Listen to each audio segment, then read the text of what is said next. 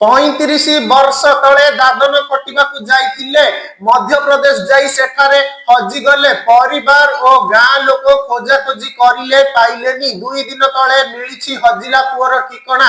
ସେଥିପାଇଁ ଗାଁ ଗାଁରେ ଭୋଜି ଭାତ ଉତ୍ସବର ମାହୋଲ।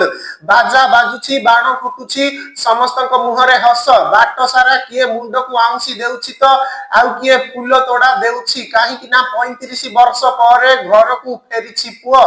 ଗାଁ ଏବେ ଉଠୁଛି ପଡୁଛି ଉତ୍ସବର ମାହୋଲ। କେହି କେହି ତ ଖୁସିରେ କାନ୍ଦି ବି ପକାଉଛନ୍ତି। ଏ ଦୃଶ୍ୟ ନିଶ୍ଚିତ କୋଇଲି ବ୍ଲକ ଜମରା ପଞ୍ଚାୟତର। ପୁଅକୁ ଝୁରି ଝୁରି 2 ବର୍ଷ ତଳେ ମା ଆରପାରିକୁ ଚାଲି ଯାଇଛନ୍ତି। ବାପାଙ୍କର 15 ଦିନ ତଳେ ମୃତ୍ୟୁ ହୋଇଛି। ଆଉ 2 ଦିନ ତଳେ ମିଳିଛି ନିଖୋଜ ପୁଅର ବାବୁଲା ଓରଫ ନୃସିଂହ ମଲ୍ଲିକଙ୍କ ଠିକଣା। ଅନୁଗୁଳର ଜଣେ ଯୁବକ ସହାୟତାରେ ଗାଁକୁ ଫେରିଛନ୍ତି। 1993ରେ 14 ବର୍ଷ ବୟସରେ ବାବୁଲା ଦାଦନ ଖଟିବାକୁ ମଧ୍ୟପ୍ରଦେଶ ଯାଇଥିଲେ।